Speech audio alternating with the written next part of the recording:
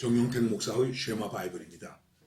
오늘은 누가복음 17장 5절에서 6절까지의 말씀을 보겠습니다. 그리고 부를 찬송은 542장이 되겠습니다. 사도들이 주께 여짜오되 우리에게 믿음을 더하소서 하니 주께서 이르시되 너희에게 겨자씨 한 알만한 믿음이 있었더라면 이 뽕나무더러 뿌리가 뽑혀 바다에 심기어라 하였을 것이요 그것이 너희에게 순종하였으리라. 이 말씀은 예수님께서 실족에 관한 말씀과 연계해서 말씀하고 있는데 아마 제자들이 걱정이 된 것 같아요. 그래서 우리가 많이 실족하는데 어떻게 해야 되나? 결국은 주님, 우리가 믿음이 부족합니다. 우리에게 믿음을 더하여 주소서. 이렇게 요청하게 된 것입니다.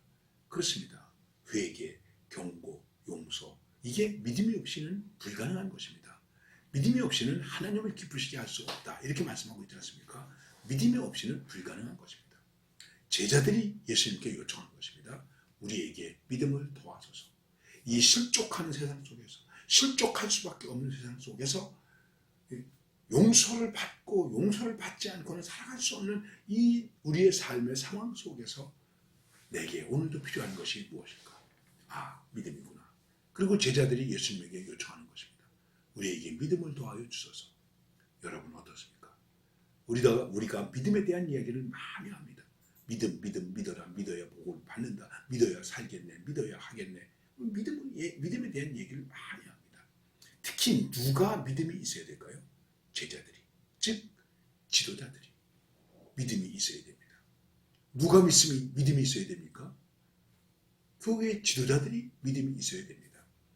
여러분 이런 얘기 다 아시죠? 가뭄이 아주 많이 지속되고 있었습니다. 그래서 하나님 비를 내려주세요. 그리고 이제 기도하는 일이 많아졌는데 어느 날 목사님께서 주일 오전 예배를 드리면서 시골 교회, 조그만 교회에서 여러분 비가 오지 않아서 너무 안타깝습니다. 우리가 늘 기도하고 있는데 오늘은 예배 마치고 특별히 산에 가서 우리 교회에 있는 뒷산에 가서 우리 함께 하나님께 비 오기를 간구하도록 하겠습니다.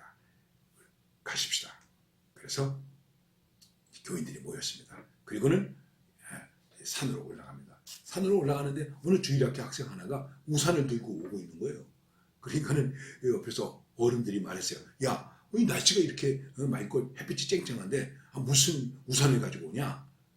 그랬더니 그 아이가 이렇게 말하더래요. 우리 지금 기도하러 가잖아요. 비 오기를 기도하러 가잖아요. 그러지. 그러면 하나님께서 응답하실 거 아닙니까? 그래서 저는 우산을 가지고 가는 것입니다. 야, 그 어린아이의 믿음이 대단하죠? 여러분 생각해 보세요. 정말 이런 믿음이 우리에게 있을 수 있는가 하는 것입니다.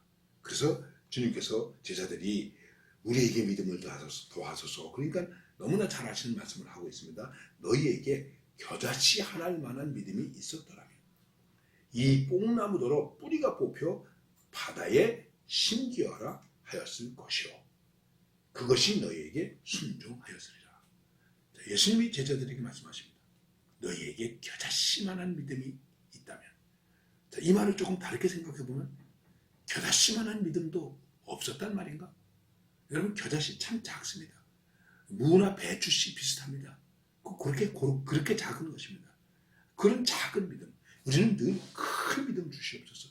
믿음을 크게 하여 주옵소서. 큰 능력을 주시옵소서. 이렇게 기도하고 있지 않습니까? 근데 예수님께서 너희 믿음이 겨자씨만한 믿음. 만일 예수님께서 우리에게 너희가 산만한 믿음이 있으면 응답해 주겠다. 뽕나무만한 믿음이 있으면 뽕나무가 뽑혀지게 순종할 것이다. 그랬다면 어떻게 되겠습니까? 그런데 예수님은 너희 믿음이 겨자씨만한 그런 믿음이라도 여기에 있는 뽕나무에게 뿌리가 뽑혀서 바다에 던져라. 바다에 심겨라. 그러면 그래도 이 뽕나무가 순종했을 것이다. 이렇게 말씀하고 있습니다. 결국 여기서 우리에게 요구되는 것은 무엇입니까? 우리의 믿음의 진정성을 말하는 것입니다. 내 믿음의 진실성이 어느 정도인가?